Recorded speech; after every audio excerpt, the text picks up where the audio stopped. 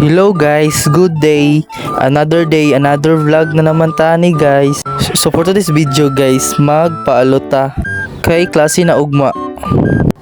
So padung di ko sa akong barkada guys kay mo sakay ra ko sa iyaha. Magpaalot man pod good siya, makasave sa tableti. Ako ra man guning silingan og childhood friend. So naana ko diri guys, abi na kog naka-ready na ang kagwang. Ingon pa siya nga pag andam na kay mga adto na ta. Nag-ayo pa mag vape. Pachuy-chuy sa ta guys, samtang kapaabot kay wala pa man ta. Kapaabot pa man ta sa iyaha.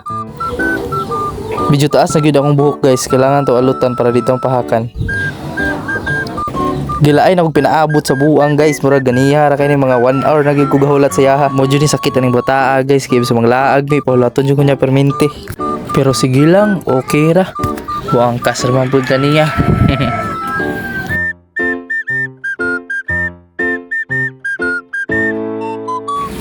So diri guys, padulong na mi sintro.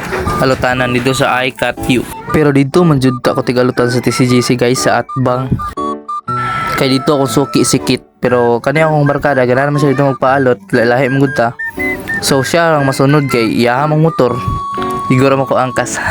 Tapos upaw ra man po Japon akong alot guys. Di na angay mag style kay wala man tay buhok ani. Saon taman. Diri dapit ang among alotanan guys, o kaning naay ka park nga itong mga sakinan kanang naay Cut You.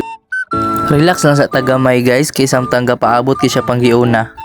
So pag human na magpaalot guys, rekta na din mi diri sa okay-okayan kay mangita mi og sapatos. Mangita din mi duha og para jogging guys kay mag healthy lifestyle nami. Lantawa. Gahinuktok murag dako kay nagproblema, bulagan siguro nig uyab ning bataa. Wala di ay gigutom ra man day siya. Ngutana ko niya. So gigutom man siya. So niadto mi lang kabay alo, which is barkada namo kay mamalot mi.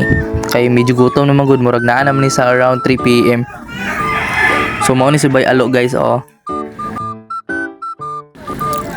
Mao ni si Bay Alo kanina ka brown. Og naa nami diri sa balutan guys, balot ilang ka Ate Michelle. Lami kayong balot diri guys, malamian og barato pa. Og kinsa tong ganahan mamalot diha, ari na mo sa balutan la Ate Michelle diri Banda Plaza, Street Rang sa Rizal. So tara guys, mga unta. Unom akong gikuha guys, pero nakahurot na mig unom guys, so dosi tanan namong nakaon karong balot pero gisip lagi bulsa. Og pag human na magpangaon og balot guys, unsa pa man day angay buhaton, idi manguli magpahuway na pod. So salamat sa paglantaw guys, sa susunod na pod. Og dire ra taman, bye bye.